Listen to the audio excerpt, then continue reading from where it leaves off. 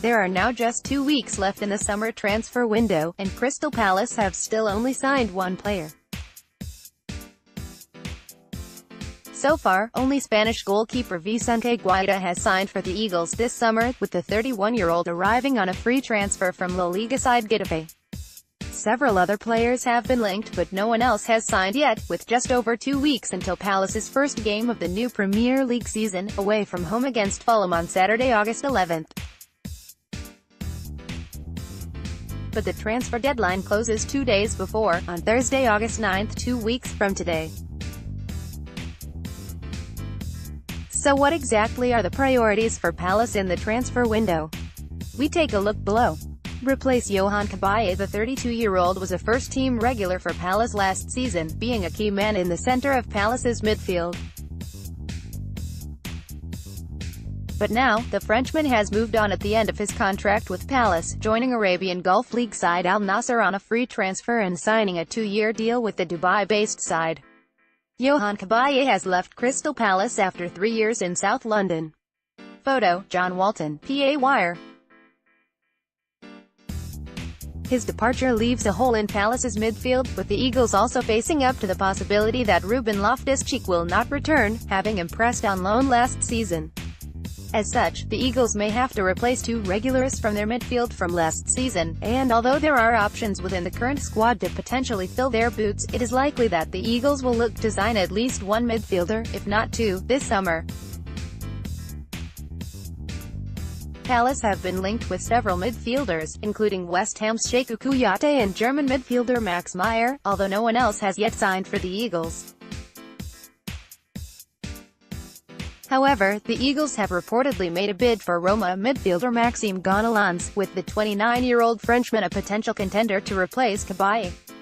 Palace also continue to be interested in re-signing Loftus-Cheek, should he be made available by Chelsea, but they are likely to face competition, with Everton also said to be keen to sign the 22-year-old.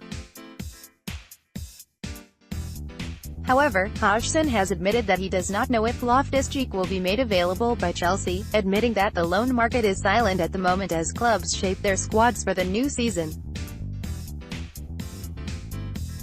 But there is still a need to strengthen in the midfield department following Cabaye's exit, to add to that of Chung Yong Lee, who was released earlier this summer. And while Palace are working with budget restrictions, it is expected that one bit of business they will look to do will be to sign a midfielder, on loan or on a permanent deal. Keep hold of Wilfried Zaha. Palace have already lost several players this summer, including Cabaye and Bakary Sako, who were both out of contract, while first-team squad members Damien Delaney, Chung Yong Lee and Diego Cavalieri were all released. But one player that they cannot afford to lose is starman Wilfried Zaha, who has been described as irreplaceable by his teammates. And Roy Hodgson has admitted that the main concern at present is to keep hold of star players like Zaha and Andros Townsend. Both have been attracting interest this summer, with several clubs being linked with Zaha, including Everton, Tottenham, Chelsea and Borussia Dortmund, while Townsend has been the subject of interest from Newcastle United.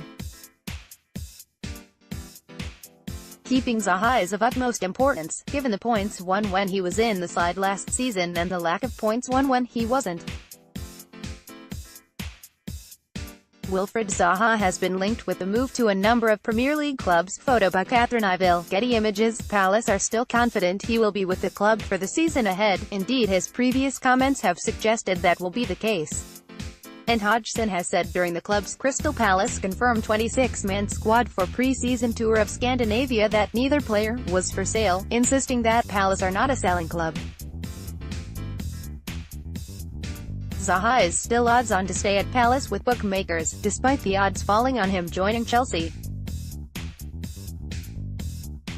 And Palace fans will certainly be hoping that he does remain with the Eagles beyond August 9th. Add strength in depth. One thing that has been said by several fans this summer is that Palace need more strength in depth.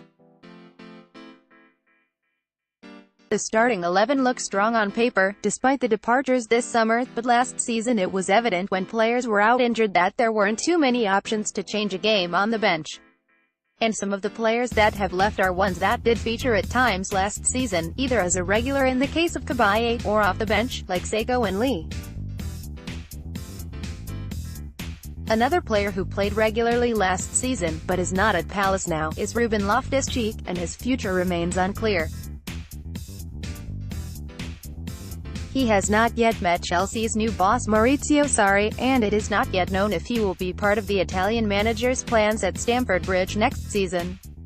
Loftus-Cheek has said that it will be important for him to get regular first-team football again next season as he looks to continue his progression, after a breakthrough season during his loan spell at Palace.